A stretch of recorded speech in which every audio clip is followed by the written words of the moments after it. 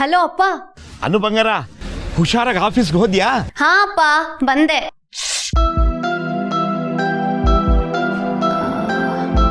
ಹಾ ಅಪ್ಪ, ಹುಷಾರಾಗಿ ಬಂದೆ.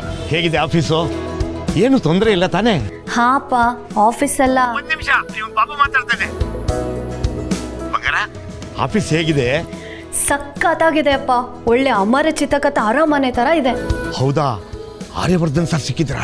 ಸಿಕ್ಕಿದ್ರಾನ? ಅವ್ರೇ ನನ್ನ ಇಲ್ಲಿ ಕರ್ಕೊಂಡು ಬಂದು ಕೂರಿಸಿದ್ದು.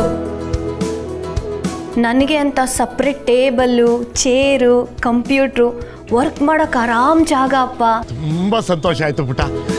ಆ ಗಣಪತಿನ ಇಟ್ಟು ಪೂಜೆ ಮಾಡಿದ್ಯಾ? ಇನ್ನೂ ಇಲ್ಲ ಅಪ್ಪ, ಈಗ ಮಾಡಬೇಕು. ಮೊದಲು ಮಾಡು, ವಿಘ್ನ ವಿನಾಶಕ ಅವನೇ. ಅಕ್ಕಪಕ್ಕ ಯಾರಾದ್ರೂ ಇದ್ದಾರಾ? ಇದ್ದಾರೆ ಅಪ್ಪ, ಆದರೆ ಇನ್ನೂ ಯಾರೂ ಪರಿಚಯ ಆಗಿಲ್ಲ. ಒಂದು ನಿಮಿಷ ಪುಟ. ಯಜಮಾನ್ರೆ, ನನ್ನ ಮಗಳಿಗೆ ಕೆಲಸ ಸಿಕ್ತು. ಸ್ವೀಟ್ ತಗೊಳ್ಳಿ. ಯಜಮಾನ್ರಿಗೂ ಸ್ವೀಟ್ ಕೊಟ್ಟೆ, ನಿನ್ಗೆ ಒಳ್ಳೇದಾಗ್ಲಿ ಅಂದ್ರು ಕಣಮ್ಮ. ಹೌದಾ? ನನ್ನ ಕಡೆಯಿಂದನೂ ಥ್ಯಾಂಕ್ಸ್ ಹೇಳ್ಬಿಡಪ್ಪ. ಗಣಪತಿಗೆ ಮನಸಾರೆ ಪೂಜೆ ಮಾಡಿ ಒಳ್ಳೇದಾಗ್ಲಿ ಅಂತ ಬೇಡ್ಕೊಳಮ್ಮ. ಏ ಸುಬ್ಬ, ಬಂದಿರೋ ಕೆಲಸ ನೋಡ್ರಿ, ಬೇಗ ಕೆಲಸ ಮಾಡಿ. ಬಂಗಾರ, ಆಮೇಲೆ ಫೋನ್ ಮಾಡ್ತೀನಿ. ಹ್ಞೂ ಸರಿಯಪ್ಪ, ಬಾಯ್.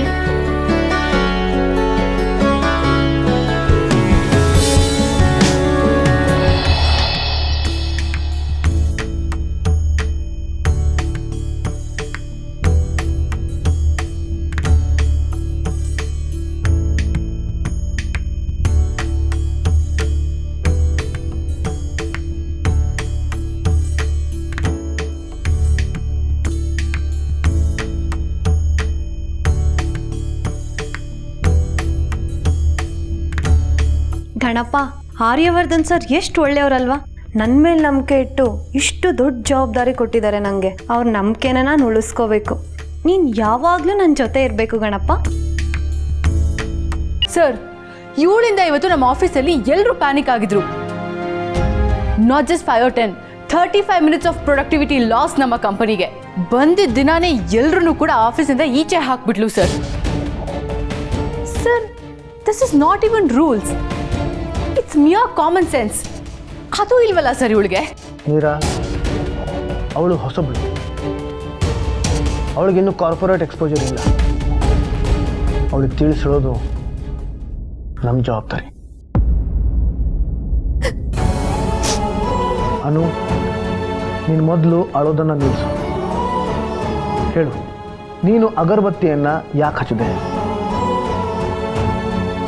ಅನು, ಅಳೋದನ್ನು ನಿಲ್ಲಿಸು. ಹೇಳು. ಸರ್, ಅವತ್ತು ನಾನು ದೇವಸ್ಥಾನದಲ್ಲೇ ಹೇಳಿದ್ನಲ್ಲ ಸರ್,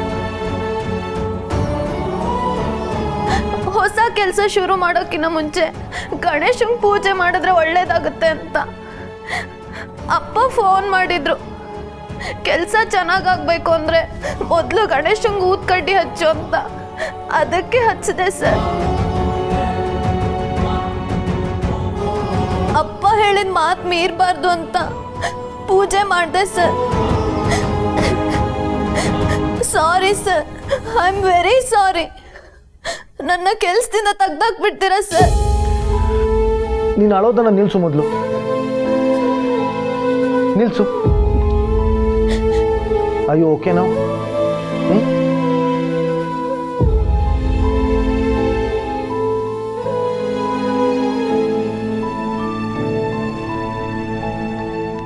ಮೀರಾ. ಸರ್,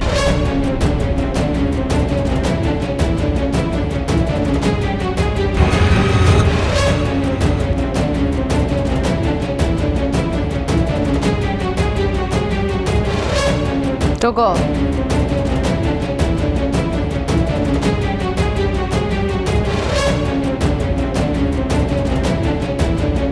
ಈಗ ಓಕೆನಾ? Okay sir. ನೋಡು ಅನು, ಇದು ಕಾರ್ಪೊರೇಟ್ ಆಫೀಸು. ನಮ್ಮೆಲ್ಲರ ಸೇಫ್ಟಿಗೋಸ್ಕರ ಅಲ್ಲಲ್ಲಿ ಫೈರ್ ಅಲಾರ್ಮ್ಸ್ಗಳನ್ನು ಇಟ್ಟಿರ್ತಾರೆ. ಎಲ್ಲೇ ಹೊಗೆ ಬಂದರೂ ಸೈರನ್ ಕೂಗುತ್ತೆ. ಸಿಗರೇಟು. ಅಯ್ಯೋ ಸರ್, ಅದೆಲ್ಲ ನಾನು ಅಂಟಿಸಿಲ್ಲ. ಗೊತ್ತು, ಉದಾಹರಣೆಗೆ ಹೇಳಿದೆ. ಇನ್ಮೇಲೆ ಹುಷಾರಾಗಿರು. ಮೀರಾ, ಅವಳಿಗೆ ತಿಳಿಸಿ, ಅರ್ಥ ಮಾಡ್ಕೋತಾರೆ. ಆಮೇಲೆ ಅವಳನ್ನು ಎಲ್ರಿಗೂ ಪರಿಚಯ ಮಾಡಿಸು. ಮುಜುಗರ ಆಗುತ್ತೆ. ಸರ್, ಹಾಗಂದ್ರೆ ನನ್ನ ಕೆಲಸದಿಂದ ತೆಗ್ದಿಲ್ವಾ? Thank you so much sir. ನಡಿ. ಒಂದು ನಿಮಿಷ.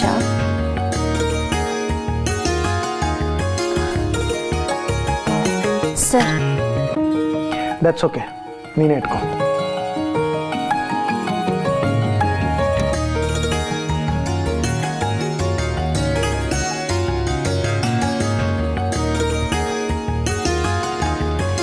ಮೀರಾ, ಅವಳಿಗೆ ಹೊಸ ಚಪ್ಪಲಿ ಕೊಡಿಸು. ಸರ್, ಕೊಡಿಸು. All right. Sorry sir. Get back to your work.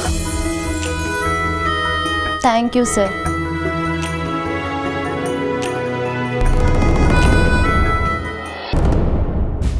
ತಗೋ, ಹಾಕು.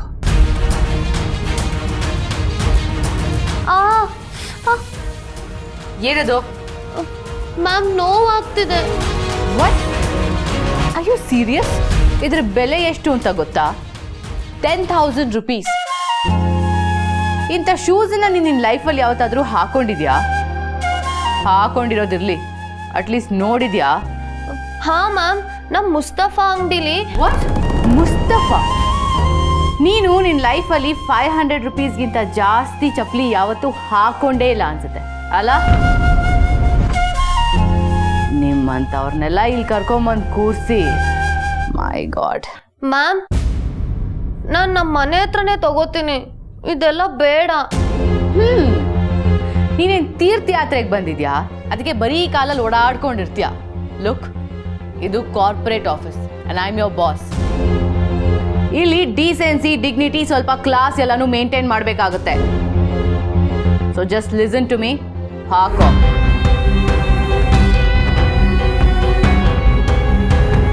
Wait, leave that. ಇದು ಅದಕ್ಕಿಂತ ಸ್ವಲ್ಪ ಕಡಿಮೆ ಬೆಲೆದು. It's just 6,000. ಅದನ್ನಾದರೂ ಹಾಕೋ.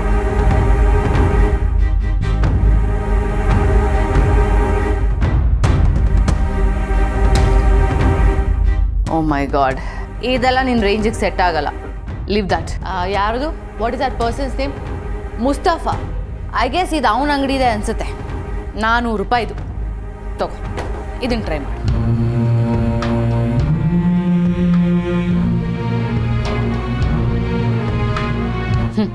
ಜನರಿಗೆ ಯೋಗ್ಯತೆ ಮೀರಿ ಅವಕಾಶ ಸಿಕ್ಕಿದಾಗ ಹೀಗೆ ಬ್ಯಾಲೆನ್ಸ್ ಮಾಡೋದು ಕಷ್ಟನೇ.